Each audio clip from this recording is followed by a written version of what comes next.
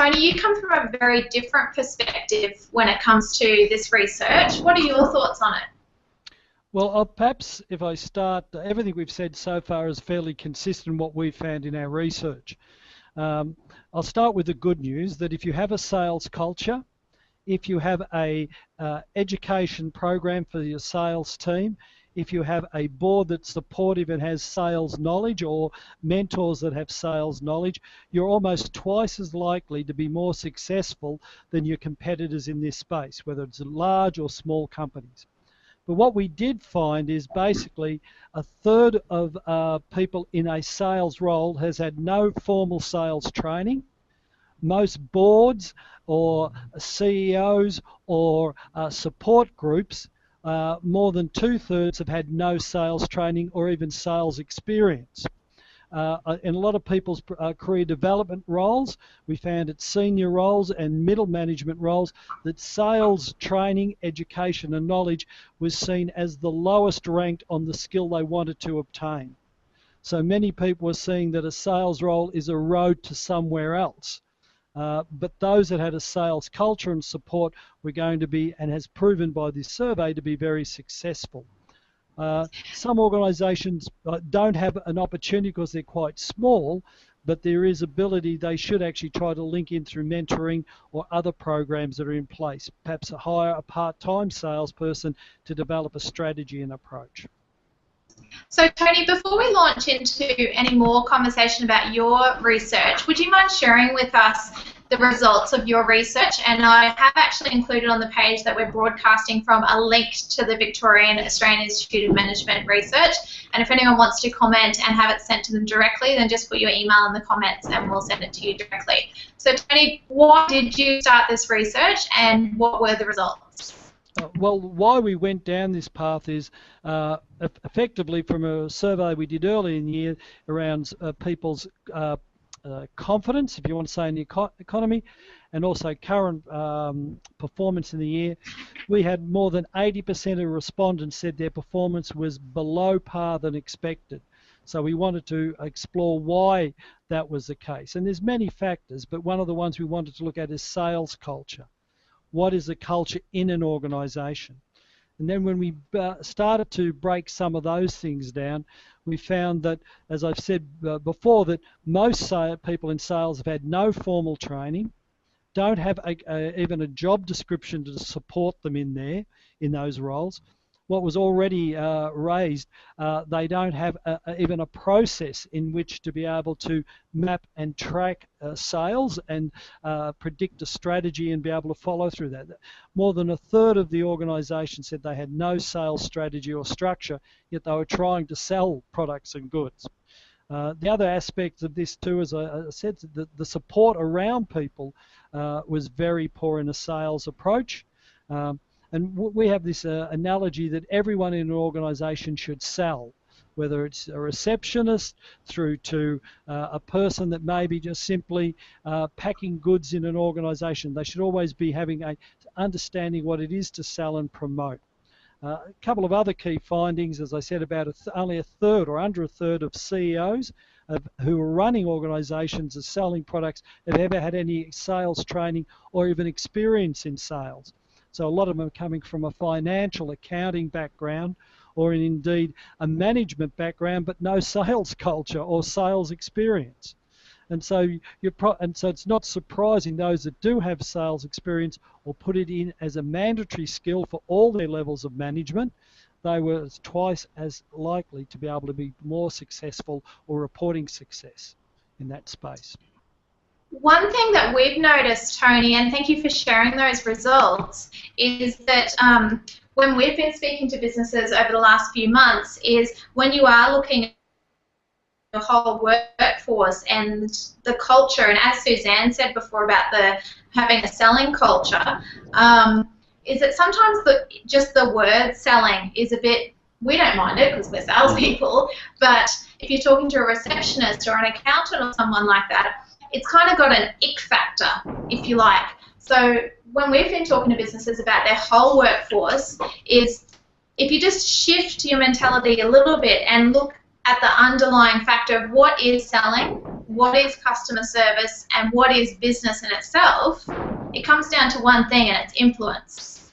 And just that slight shift in a whole company's workforce just changes that culture significantly.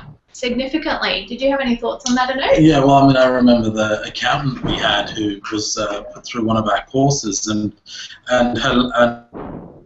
one point which is really interesting is the level of confidence that people have, and confidence in themselves and their ability to do the job effectively. And this lady she didn't come with no confidence, but there was a minimal amount of confidence that she had. But by the end of the course, she understood that it wasn't a sales course she was doing. She was actually learning how to influence people with a strong amount of integrity as well. And changing that context for her, as I think you spoke with her the other day, and it's really worked quite well. So it is interesting. I mean, I don't see sales as a negative word, but it's funny how people do. They, you know, even the face-to-face training we've done and some of the consulting we've done for various different companies, they come in and say, please don't use the word sales. You know, you work with receptionists, don't use the word sales. And so you know, the influencing that's quite right. So, Suzanne, that's probably the first time we've discussed with you versus influence. What are your thoughts on that? Look, I think you and I have discussed in the past, because we're certainly looking at some of the ways in which your organisation can assist, particularly our professional services clients. And you're right, the word sales, when you're talking about someone's health or saving their dog's life or selling them an opportunity to do whatever your business does, often the word sell is awful. And I'll be really frank with you. In my organisation as a consultancy, we absolutely do not sell legal services or any other kind of consulting services, because there's such a, and deservedly so in many cases, such a odour about lawyers selling you things. In fact, within the litigation system, you'll often have the lawyers going, how can we actually, both of us, upsell and continue this litigation in order to enrich ourselves? And clients know that. So the word sales, not only in our organisation, but for doctors, vets, dentists, optometrists, the idea of we're upselling you a service, say a pathology test, it truly it rankles with the idea of their professionalism. And I think I do understand why that is the case, because there's a perception that perhaps people are being over-serviced where they don't need it. So we do use the words client relationship management and service and customer service and all of these wonderful euphemisms for introducing people to an opportunity that really would do them the world of good. And in our particular organisation, we call it the S word. And as you know, in racial circles, it's the N word. There are, in feminist circles, it's the C word. We all have words like that. The truth of the matter is, in our organisation, and I call a spade an S word, in our organisation, yes, we don't talk about sales. It's very much about adding value to our clients' businesses. We have lifetime relationships with our clients, so it's very much about understanding their needs and meeting those needs. I understand that a lot of people in professional services will probably have a very similar view, because our clients in professional services give us that same feedback.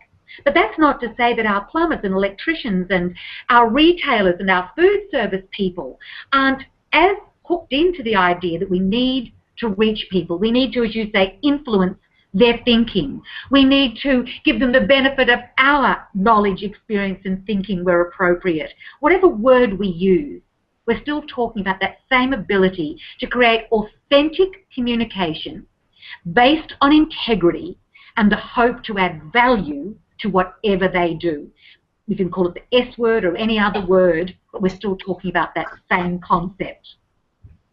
Absolutely. And Tony, just to bring it back to some of your research, the word influence isn't just about, as Suzanne was just talking about, isn't just about going out to the market and influencing the market and your customers. It's also about influencing the staff and your workforce. Now, Tony, one of the startling things that came out of your research is that frontline managers in your research, when looking at the numbers, they feel that they're doing really, really well, but top-level management don't believe that they're doing so well. So there's definitely a miscommunication there as to expectations. So what are your thoughts on that, Tony? Well, I think certainly what you said there is very accurate in what you just said.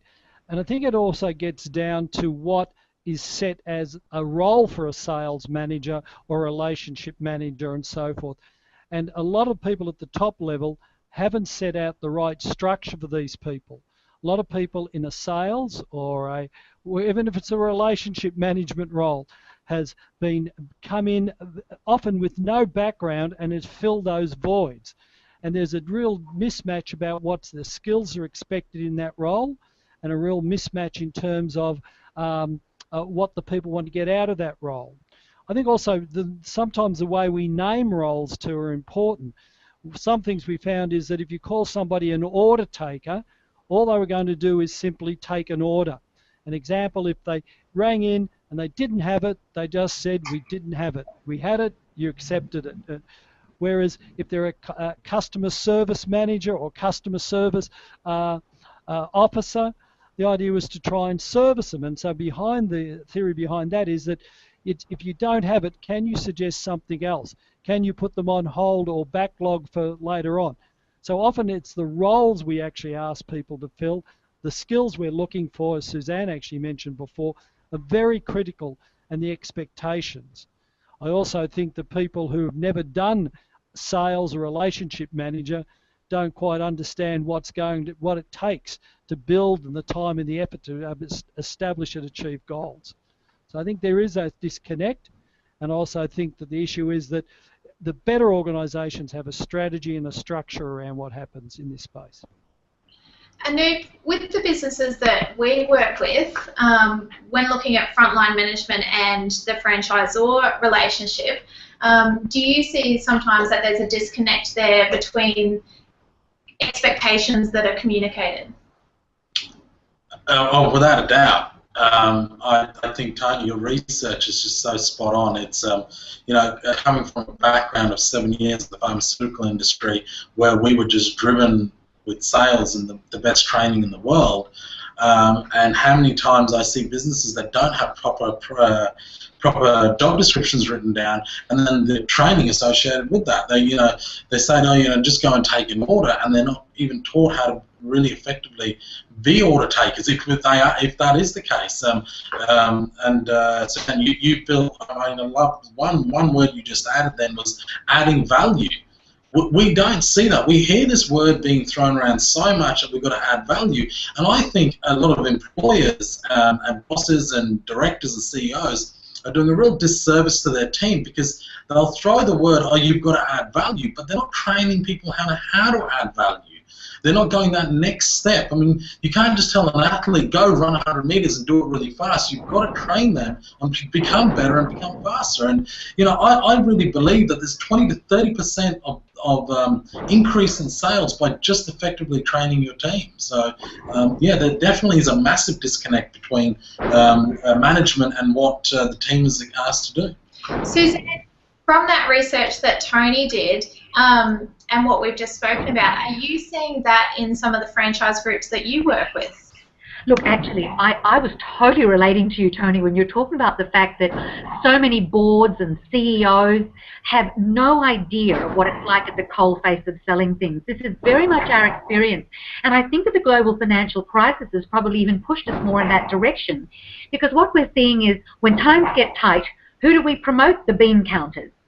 And no offense to them, they're extraordinarily important to our organizations. But one of the things, and DC Strategy, a number of my senior colleagues and I, and of course our founder and chair, Rod Young, who's on the boards of a very large number of international franchise networks, and all of us senior partners here have management and board roles with our clients.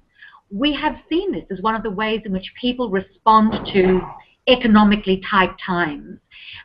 You are obviously looking to grow business, but you're often much more focused on cutting out expense, stripping expense out, getting rid of extraneous costs. they go hand in hand. You can't just strip out overheads and costs. You also have to understand that you've got to keep business growing. You've got to put a lot of resource behind business development, sales, the growth of your business. And what we've seen is many boards and management teams and CEOs, etc., are dominated through tight times behind people who are more concerned about cutting costs than actually understanding what it's like to grow your business. So I thought that was a very, very important point you made, and your statistics back that up. I think you had just around a third from memory. I think something like 37 or 38% here, Tony, from memory, because I did read this when I got it a week ago. And it's a very, very valuable resource that I'm looking forward to sharing with a lot of our clients. It is an astounding lack of, shall we say, understanding at the coalface or knowledge of the business development sales process that so many of our senior people, less than around a third, have any kind of background or understanding of the business development sales process. Absolutely. And Suzanne, I'll just ask you a question that's come through the floor before we move on to discussing some solutions. But this is specifically for you, Suzanne, from Michael Simony from Davidson Recruitment. Are you finding that franchisors have a sales methodology process in place and are not effectively coaching it into their franchisees? Or is it more the case that no sales methodology exists in the first place? Okay, and I'm assuming we're talking about the recruitment of franchisees. In the case of most of our clients, the franchise or clients, or a large number of them, they actually outsource their recruitment to us because they understand that we do this. It's what we do, and like anything, you look to outsource things where there's a skill set that you may not necessarily have in-house. So many of our clients, they have taken their recruitment in-house after a period of time where it's cost-effective to do so, and we actually train them. We have a whole series of manuals. We look at lead generation, we look at ROI on that lead generation, and we give them all of the skill set and train them and sit with them through those first few grants until their recruitment people get across that process.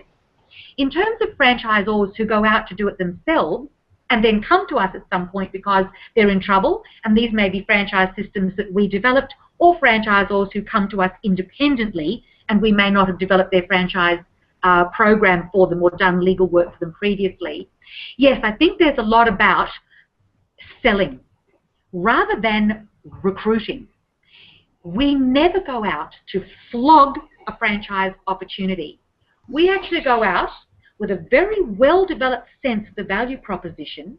We go to market and we look for people who are looking for an opportunity, who understand that opportunity because they're educated by us to do so, and then if they meet a series of very well-defined criteria, we'll have an opportunity to be, as they've ticked all of those boxes, introduced to the franchisor when all of those criteria have been met, in order for the franchisor to actually approve or otherwise that franchisee into their system. And one of the reasons that outsourcing, and I know that Davidson, of course, are very experienced in this, one of the reasons that all sorts of organisations outsource recruitment is that it gives them an opportunity, not only for a skill set to be engaged here, but for them to be one step removed from that process in order at the end to go, yes or no, we would like you to join our organisation.